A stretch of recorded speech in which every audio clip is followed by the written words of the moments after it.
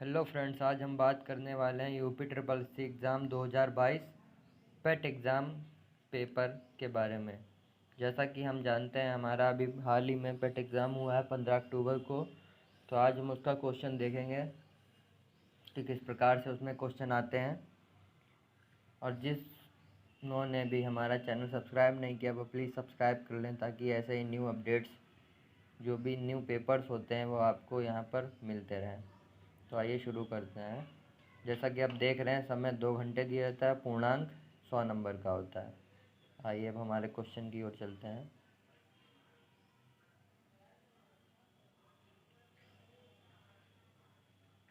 जैसा कि आज हमारा पहला क्वेश्चन आया है, निम्नलिखित में से किस राज्य सरकार ने 5,000 रुपये की काशी यात्रा सब्सिडी योजना शुरू की है?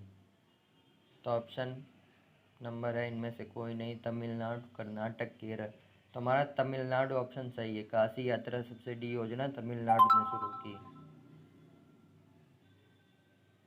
अब हमारा दूसरा क्वेश्चन आ जाता है, जून 2022 में भारत ने निम्नलिखित में से किस देश के साथ कॉमनवेल्थ डिप्लोमेटिक एकेडमी प्रोग्राम की घोषणा की? तो इसके 4 ऑप्शन है, फ्रांस, यूके, ऑस्ट्रेलिया, इटली। तो इसमें हमारा है ऑस्ट्रेलिया। हमारा क्वेश्चन नंबर तीसरा है, कंपनी ने आईएएफ के हेलीकॉप्टरों के लिए एडीएस की आपूर्ति हेतु एक बेलारूसी कंपनी और उसकी सहायक कंपनी के साथ एक समझौता ज्ञापन पर हस्ताक्षर किए। तो हमारा इसका सही आंसर जो है वो है हिंदुस्तान एरोनॉटिक्स लिमिटेड। अगला क्वेश्चन, फोर्थ क्वेश्चन, निम्नलिखित में से किस भारतीय राज्य ने नारी को नमन नाम से एक नई योजना शुरुआत की? तो हमारा इसका सही आंसर है हिमाचल प्रदेश। नारी को नमन हिमाचल प्रदेश के द्वारा योजना चालू की गई है। अब हमारा अगला क्वेश्चन नंबर 5, प्रधानमंत्री नरेंद्र मोदी ने निम्नलिखित में से किस जिले में डॉक्टर संपूर्णानंद स्पोर्ट्स स्टेडियम में से एक कार्यक्रम में 1800 करोड़ रुपए योजनाओं का उद्घाटन और शिलान्यास किया? तो हमारा इसका सही आंसर है मेरठ।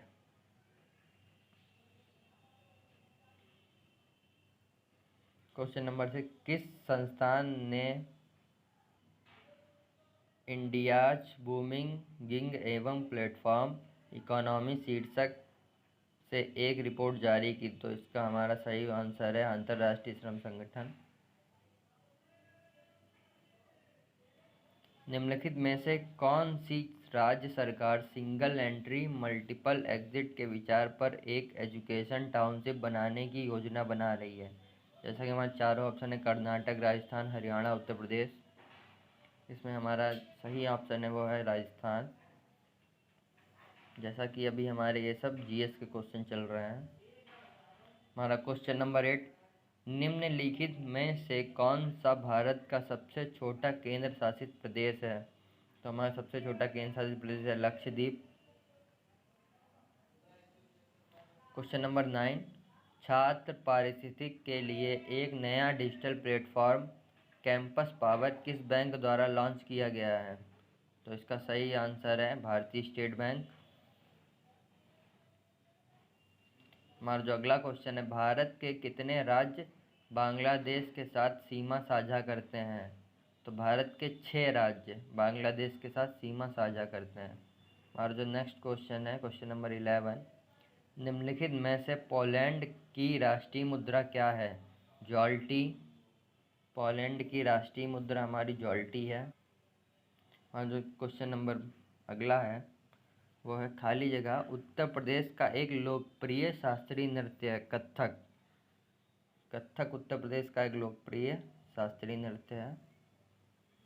क्वेश्चन नंबर 13 देखते हैं, निम्नलिखित में से किसके पास लोकसभा सत्र को स्थगित करने की शक्ति होती है? लोकसभा सत्र को स्थगित करने की शक्ति भारत के राष्ट्रपति के पास। क्वेश्चन नंबर 14, अंतर्राष्ट्रीय अहिंसा दिवस निम्नलिखित में से किस दिन मनाया जाता है? 2 अक्टूबर को। वास्को डिगामा मकबरा दफन स्थान भारत के निम्नलिखित में से किस स्थान पर स्थित है? दफन स्थान वास्को डिगामा का मकबरा कोच्चि केरल में स्थित है। अगला क्वेश्चन हमारा, थॉमस कप निम्नलिखित में से किस खेल से संबंधित है? इसका सही answer badminton. Thomas cup badminton के लिए संबंधित है। अगला क्वेश्चन है, प्रसिद्ध पुस्तक विंग्स ऑफ फायर किसकी आत्मकथा है? तो इसका हमारा सही answer doctor APJ Abdul Kalam. अगला क्वेश्चन हमारा, ग्लोबल वार्मिंग का अपेक्षित परिणाम है ये सभी। अब जैसा कि आप देख सकते हैं, अब हमारे अनुच्छेद को पढ़कर पूछे गए प्रश्न हैं। इसमें 4 प्रश्न पूछे गए हैं, तो आप अनुच्छेद वीडियो पॉज करके देख सकते हैं। मैं आपको दिखा देता हूँ।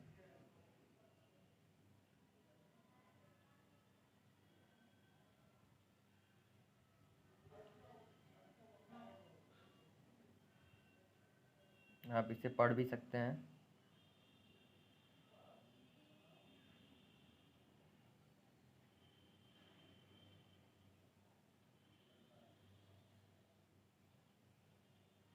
आइए अब इसके क्वेश्चन देखते हैं।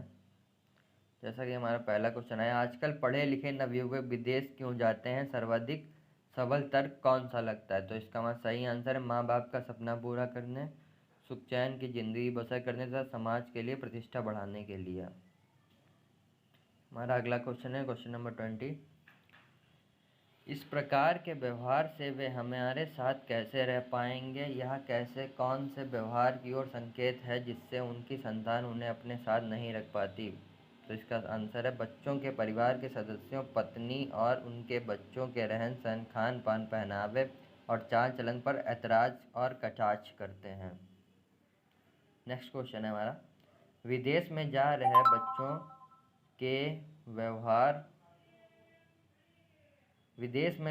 बच्चों के व्यवहार परिवर्तन के लिए कौन दोषी? अनुच्छेद को ध्यान में रखकर बताइए। तो इसका है अधूरे संस्कार। अगला क्वेश्चन है हमारा, विदेश में जा रहे बच्चे माँ बाप अपने द्वारा भोगे जाने वाले कष्टों और दुश्चिंताओं की चर्चा किसी से क्यों नहीं करते? जगहसाई से बचने के लिए। हाँ, क्वेश्चन नंबर 23 है, बच्चों की शिकायत है कि माँ बाप पत्नी और बच्चों के साथ एडजस्ट नहीं करते और अपनी पुराने ज़माने की चीज़ों को यहाँ थोपना चाहते हैं। इसके लिए कौन सही में दोषी है? तो इसका ऑप्शन नंबर डी है पुराने जीवन मूल्यों और परंपराओं के साथ विदेश में बच्चों के साथ बसने के इच्छुक माँ बाप।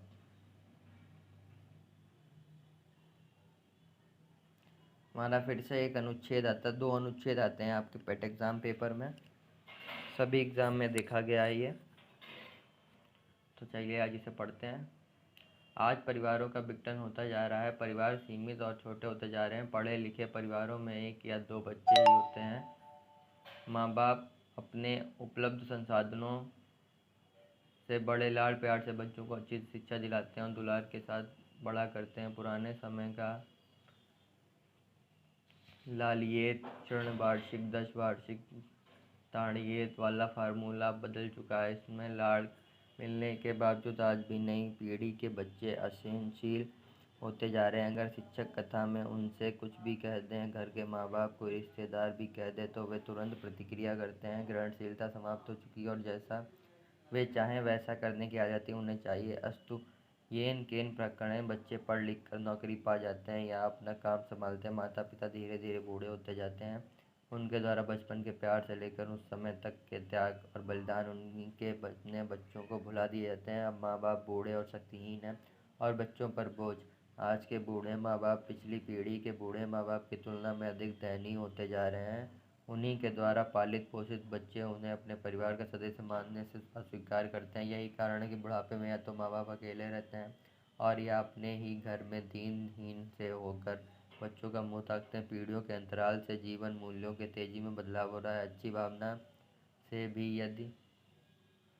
यदि बूढ़े माँ बाप वयस्क बच्चों या उनके परिवार के विषय में कुछ सलाह देते हैं तो उनकी सलाह का सम्मान नहीं होता। यह संभवतः पीढ़ियों के अंतराल का परिणाम है। वह समय बदल रहा है और अनुभवपूर्ण सलाह की इस नई पीढ़ी को आवश्यकता नहीं। अपेक्षा की जाती है कि यदि उन्हें साथ रहना है तो एडजस्ट करके चलें, अन्यथा वृद्धाश्रम में हम उन लोगों के बीच पिता खुद चैन और अपनी तरह से चैन दे रहे हैं, क्या वास्तव में इस सबके लिए युवा पीढ़ी दोषी है या कुछ दोष है? अब जैसा कि आपने पैरा पढ़ चुके हैं, अब चलिए आइए इसके क्वेश्चन देख।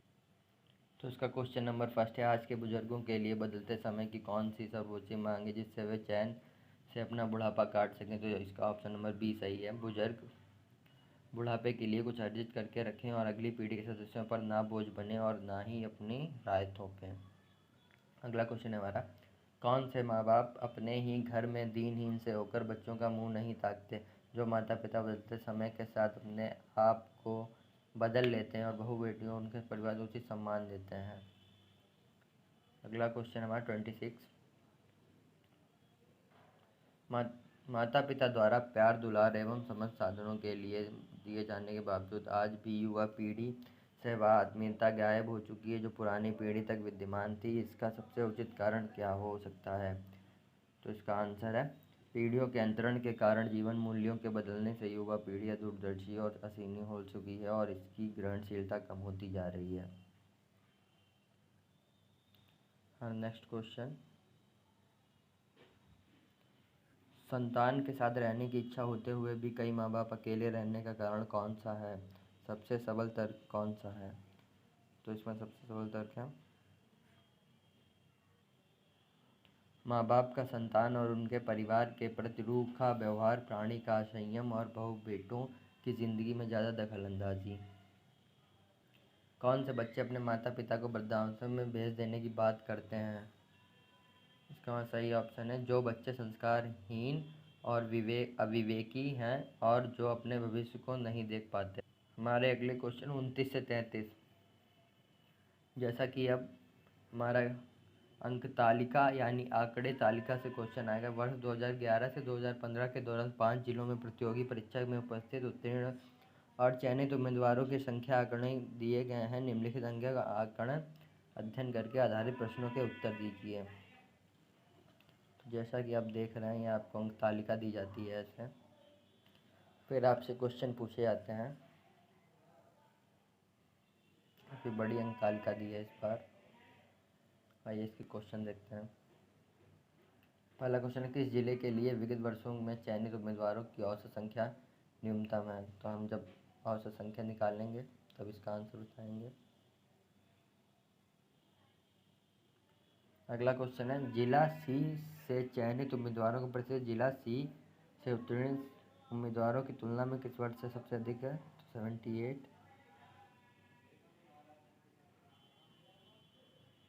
अगला हमारा क्वेश्चन है, जिला डी से उत्तीर्ण उम्मीदवारों का प्रतिशत जिला डी से उपस्थित होने वाले तुलना से संबंधित है। जैसा कि आप देख रहे हैं, ऐसे क्वेश्चन आएंगे।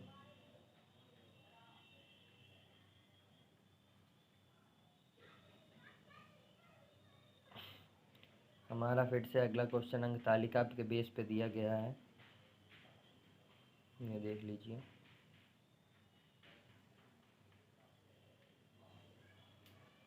मार्च में कंपनी पी और आर द्वारा बेचे गए उत्पादों की कुल संख्या अप्रैल में उन्हीं कंपनी द्वारा बेचे गए उत्पादों की कुल संख्या के अनुपात का कितना है? तो इसका आंसर नंबर ये सही है, 59:80। कंपनी एस द्वारा बेचे गए उत्पादों की संख्या में जनवरी से अप्रैल तक लगभग कितने प्रतिशत की वृद्धि हुई? तो इसका आंसर नंबर डी सही है, 64.71%। अगला हमारा क्वेश्चन है, कंपनी टी द्वारा अप्रैल और मई में बेचे गए उत्पादों की कुल संख्या 32% है। माइल्ड स्टील से बने हैं मार्च अप्रैल और मई टी स्टोर द्वारा बेचे गए माइल्ड स्टील की कुल संख्या ज्ञात कीजिए। तो इसमें 144 ऐसे आपके क्वेश्चन आते हैं।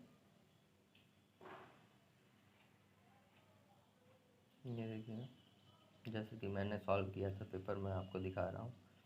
कंपनी के द्वारा जनवरी और मई में मिलाकर बेचे गए उत्पादों की कुल संख्या और समान महीनों में कंपनी आर द्वारा बेचे गए उत्पादों की कुल संख्या के बीच का अंतर। तो इसका ऑप्शन नंबर डी सही है, 85। अब फिर से आपके ग्राफ से क्वेश्चन दिए गए हैं पाई चार्ट द्वारा। जैसा कि आपको पाई चार्ट दिखा देते हैं, ये पाई चार्ट दिया गया हुआ है, फिर इसके आधार पे आपसे क्वेश्चन पूछे जाएंगे 4 या 5। देखते हैं। 39 कार्यक्रमों की तुलना में अनुसंधान पर कितना प्रतिशत अधिक खर्च हुआ? तो इसका आंसर नंबर डी सही है, 86%। छात्रावास पर कुल खर्च लगभग कितना हुआ? तो इसका ऑप्शन नंबर ए सही है, 12.78%। अगला क्वेश्चन है हमारा, यदि वर्ष के दौरान विभिन्न क्षेत्रों पर खर्च की गई कुल राशि इतनी हो तो आधारभूत संरचना पर खर्च किया गया छात्रावास पर खर्च की गई राशि कितनी होगी? तो इसका ऑप्शन नंबर सी सही है। खेलों पर शिक्षा की तुलना में कितने प्रतिशत कम खर्च किया जाता है? शिक्षा की तुलना में 48% खर्च कम किया जाता है। यदि वर्ष के दौरान खेलों पर खर्च की गई कुल राशि 1.8 करोड़ थी तो शिक्षा अनुसंधान पर कुल खर्च की गई राशि, हमारा ऑप्शन नंबर डी सही है। अब देखें, निम्नलिखित लाइन ग्राफ रेखा आरेख 2001 से 2006 अवधि के दौरान ए बी अर्जित प्रश्नों को ठीक ग्राफ पर दर्शाइए। जैसा कि अब एक ये ग्राफ दे दिया गया है, इस पे आधारित प्रश्न पूछे गए हैं। मैं आपको एक एक करके प्रश्न दिखा देता हूँ।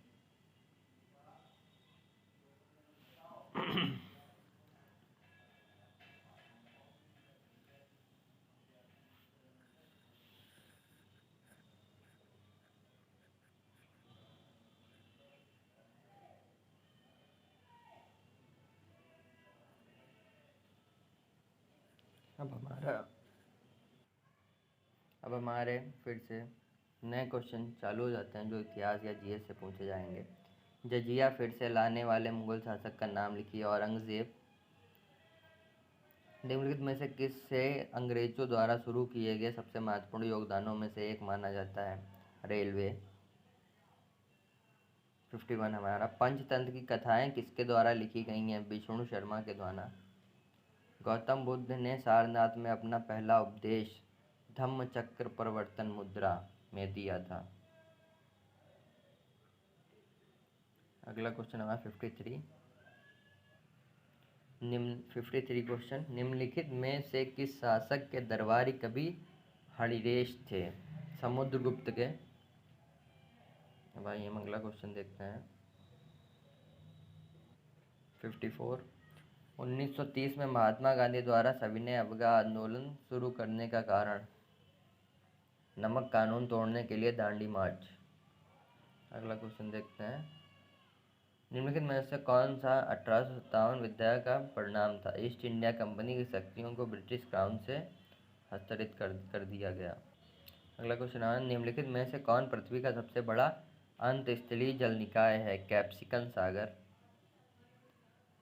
निम्नलिखित में से कौन सा स्वतंत्र भारत का पहला भारतीय गवर्नर जनरल है? सी राजगोपालाचारी। जैसा कि मैं आपको बता दूं, ये आपका पेट एग्ज़ाम 2022 15 अक्टूबर वाला एग्ज़ाम पहले शिफ्ट है जो कि एग्ज़ाम हमारा आया। अगला क्वेश्चन है, निम्नलिखित में से किस अधिनियम द्वारा बर्मा को भारत से अलग किया गया है? इसका ऑप्शन नंबर ए सही है, भारत सरकार अधिनियम 1965। अगला क्वेश्चन है 59, भारत को ब्रिटिश नियंत्रण से मुक्त करने के लिए भारतीय राष्ट्रीय सेना आईएनए का गठन किसने किया? आईएनए का गठन सुभाष चंद्र बोस ने किया।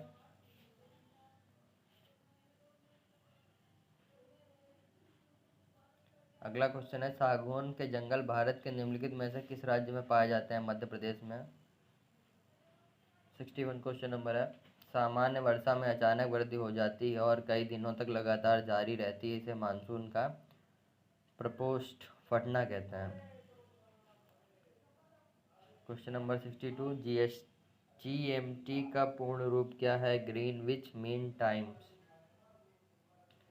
क्वेश्चन नंबर 63, प्रति 1000 लोगों पर जीवित जन्मों की वार्षिक संख्या को किस नाम से जाना जाता है? ऑप्शन नंबर बी, क्रूड अशोधित जन्म दर।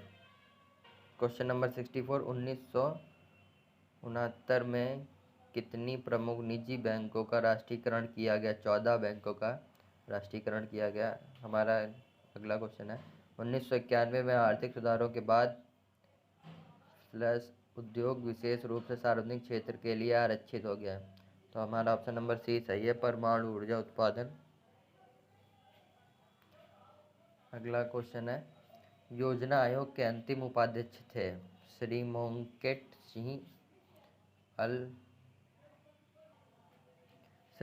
सिंह अहलूवालिया। अगला क्वेश्चन देखते हैं, निम्नलिखित में से कौन सा अनुच्छेद अल्पसंख्यकों के हितों का संरक्षण के लिए है? अनुच्छेद नंबर 29। 70वां क्वेश्चन देखते हैं। 42वें संशोधन के माध्यम से संविधान में कौन सा नया डीपीएसपी जोड़ा गया? इसका सही ऑप्शन देखते हैं। सामान्य न्याय और निःशुल्क विविध सहायता। हमारा क्वेश्चन नंबर 71 है। क्वेश्चन नंबर 71 है हमारा, निम्नलिखित में से कौन से मौलिक कर्तव्य हैं? ये सभी जो भी आपकी स्क्रीन पर दिखाई दे रहे हैं, ये सभी हमारे मौलिक कर्तव्य हैं।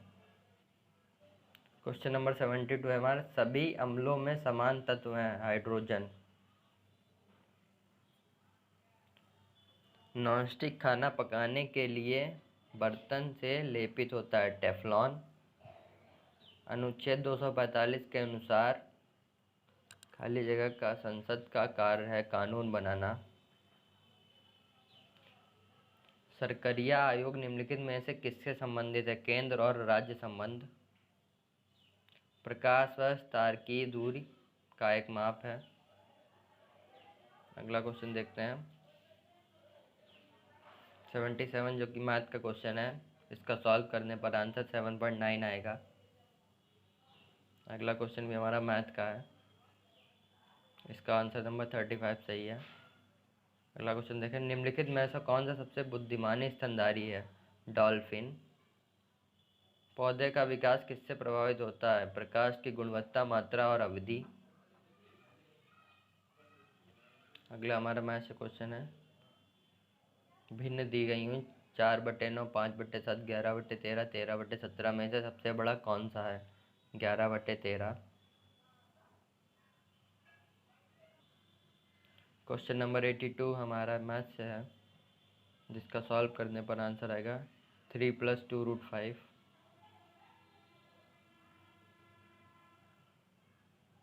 क्वेश्चन नंबर 83, संख्याएं दी हैं, इनका एवरेज पूछा है। इनका एवरेज 140 है। काफ़ी आसान क्वेश्चन है ये। फिर स्थावर का विलोमसक जंगम। फिर 85 है, बिल्ली को पहले ही दिन मारना चाहिए का अर्थ है भय का शमन शुरू में ही कर देना चाहिए। फिर हमारा क्वेश्चन नंबर 86, जो कि हिंदी से है, स्वलप्ल का संधि विच्छेद क्या होगा? सु प्लस अल्प। क्वेश्चन नंबर 87, इति इति का सही अर्थ भेद समाप्त विंग। क्वेश्चन नंबर 88 हमारा है, ईश्वर में विश्वास रखने वाला इस शब्द समूह के लिए एक शब्द बताइए। आस्तिक। जो लोग ईश्वर में विश्वास रखते हैं उनको आस्तिक बोला जाता है। अब हमारा इंग्लिश का पोर्शन चालू हो जाता है, जैसे कि आप पैरा देख रहे हैं क्वेश्चन नंबर 89 से 19 तक। तो अब तो पहला ग्राफ पढ़ लीजिए वीडियो पॉज करके, फिर मैं आपको किस क्वेश्चन दिखा देता हूँ। जैसा दिया गया है, according to passage what do you school children gift their teachers? Thank you cards.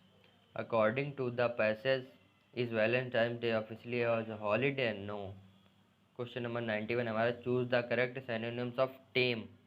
तो इसका हमारा ऑप्शन नंबर सी सही होगा, डोशियल। क्वेश्चन नंबर 92 हमारा है, choose the correct antonyms of rapid. Rapid का हमारा होगा free. Give one word substitution of the following. One who is indifferent to pleasure of pain, stoic.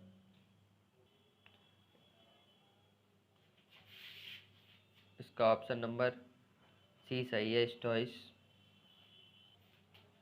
अगला क्वेश्चन हमारा 94, एक तस्वीर की ओर इशारा करते हुए ए अपने दोस्त बी से कहा, वह मेरी माँ के पिता इकलौती बेटी। ए फोटोग्राफर वाले व्यक्ति से किस प्रकार संबंधित है? बेटा।